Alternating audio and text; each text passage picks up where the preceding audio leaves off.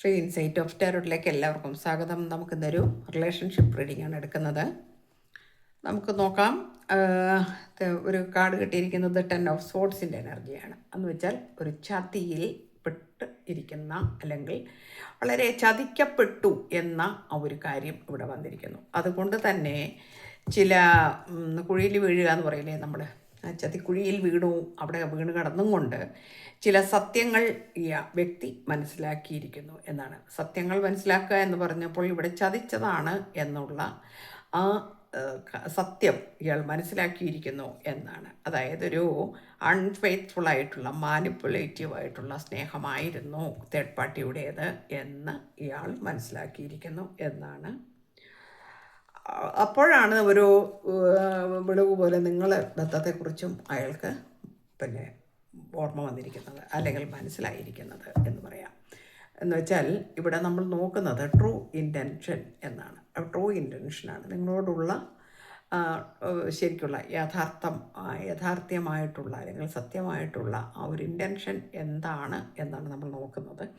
അപ്പോൾ ഇവിടെ കറക്റ്റായിട്ട് നമുക്ക് വന്നിരിക്കുന്നു തേർഡ് പാർട്ടി ചതിച്ചിട്ടുണ്ടെന്ന്. ആ ചതിയിൽപ്പെട്ട് കിടക്കുമ്പോഴാണ് ആൾ മനസ്സിലാക്കിയത് ചില സത്യങ്ങൾ ഇവർ എന്നെ ചതിച്ചതാണെന്ന് മനസ്സിലാക്കി. അതുപോലെ ഇവർ അൺഫെയ്ത്ത്ഫുള്ളായിട്ടുള്ള ഒരു ബന്ധമാണ് എന്ന് മനസ്സിലാക്കിയിരിക്കുന്നു. മാനിപ്പുലേറ്റീവായിട്ടുള്ള ഒരു സ്നേഹം പ്രകടിപ്പിക്കുന്ന, വെറുതെ എന്താ പറയുക, അഭിനയിക്കുക, സ്നേഹം അഭിനയിക്കുക എന്നൊക്കെ പറയില്ലേ, അതെന്തെങ്കിലും കാര്യം കാണും. കാരണം വെച്ചാൽ വിട്ടുപിരിയാൻ കഴിയാത്ത ഒരു വ്യക്തിയാണ് തേർഡ് പാർട്ടി.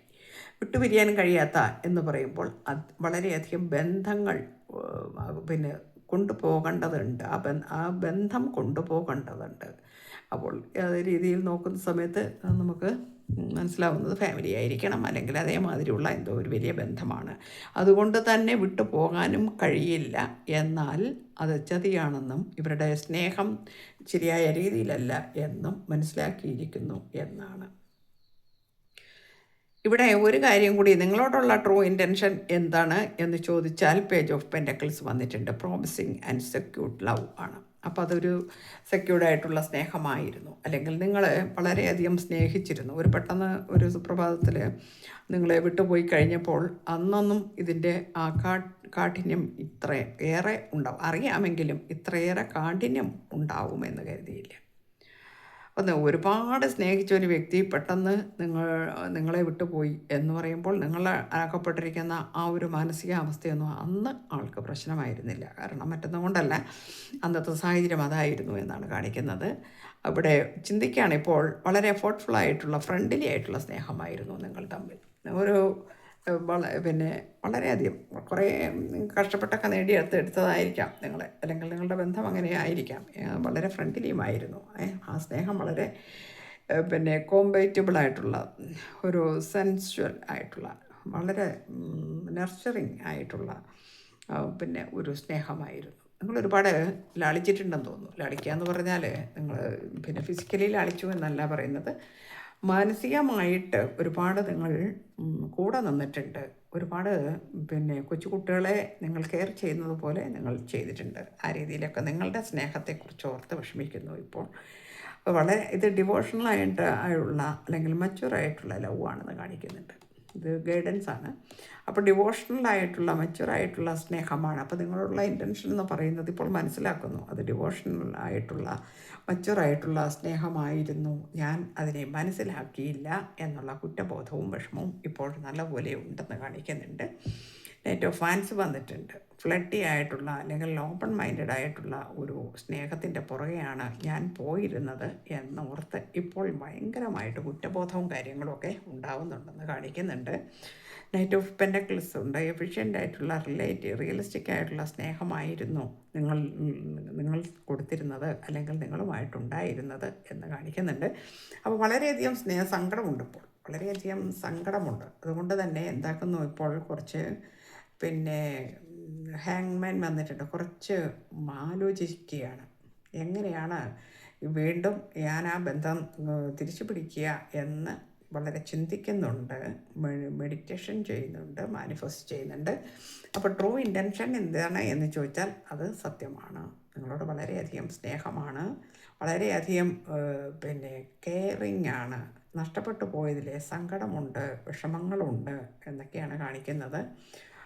പിന്നെ ഒരു ബന്ധം എന്ന് പറയുമ്പോൾ നമ്മൾ ഒരുപാട് സ്നേഹിച്ചിട്ട് അവസാനം നമുക്ക് നഷ്ടപ്പെട്ടു പോകുന്ന ആ ഒരു അവസരത്തിലാണ് ബന്ധത്തിൻ്റെ വാല്യൂ മനസ്സിലാകുകയാണ്. ഇതുവരെ മനസ്സിലായിട്ടില്ലായിരുന്നു. ഇതുവരെ മനസ്സിലായി കാരണം വെച്ചിട്ടുണ്ടെങ്കിൽ തേർഡ് പാർട്ടിയിൽ നിന്ന് കിട്ടിയ പീഡനങ്ങളും ചതിയും മനസ്സിലായി കഴിഞ്ഞപ്പോൾ നിങ്ങളെക്കുറിച്ച് മനസ്സിലായപ്പോഴത്തേക്ക് നിങ്ങൾ നിങ്ങളുടെ കാര്യം നോക്കിപ്പോയി എന്ന് കാണിക്കുന്നുണ്ട്. നിങ്ങൾ നിങ്ങളുടെ ജോലി നോക്കിപ്പോയി എന്ന് വെച്ചാൽ നിങ്ങൾ നിങ്ങളുടെ കർത്തവ്യത്തിലേക്ക് കടന്നു. നിങ്ങളുടെ പിന്നെ ആ സോളിൻ്റെ ഹയസ്റ്റ് ലെവലിലേക്ക് നിങ്ങൾ കൊണ്ടുപോയി എന്നാണ് കാണിക്കുന്നത്. നിങ്ങൾ കുറച്ച് സ്പിരിച്വൽ വേയിലൂടെയൊക്കെ പോയി.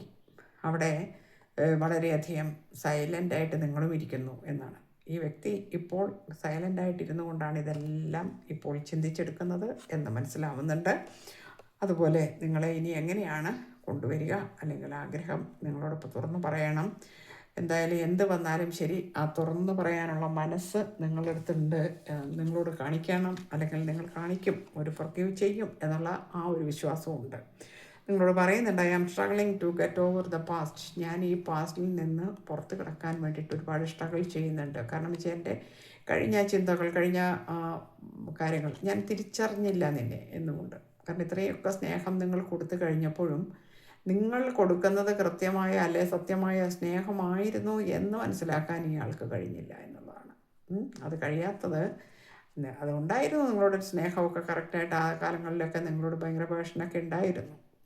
പക്ഷേ നിങ്ങൾ ഈ കൊടുക്കുന്ന സ്നേഹത്തിൻ്റെ ആ ഒരു വാല്യൂ ആൾ അന്ന് മനസ്സിലാക്കിയില്ല എന്നാണ് കാണിക്കുന്നത്. വാല്യൂ മനസ്സിലാക്കാത്തത് അപ്പുറത്ത് പിന്നെ എന്തെങ്കിലുമൊക്കെ അതുപോലെയുള്ള കാര്യങ്ങൾ നടന്നിട്ടുണ്ടാവാം. ഇതൊരു സൈഡ് ബിസിനസ്സായിട്ടായിരിക്കാം അന്ന് ജസ്റ്റ് കണ്ടത്. എന്നാൽ ഇപ്പോൾ അങ്ങനെയല്ല. ഇപ്പോൾ അത് മാറി ഇപ്പോൾ വളരെ ചിന്തിക്കുകയാണ്, വളരെ ആലോചനയിലാണ്.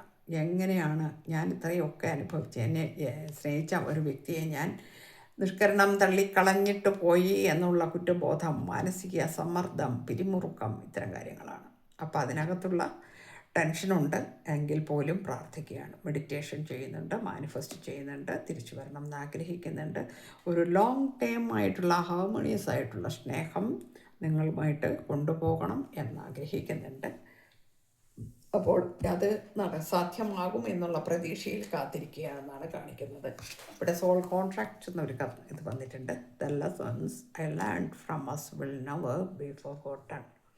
അപ്പോൾ സോൾ കോൺട്രാക്റ്റാണ്. ചില പാഠങ്ങൾ പഠിച്ചിരിക്കുന്നു ഒരു വ്യക്തി എന്നാണ്.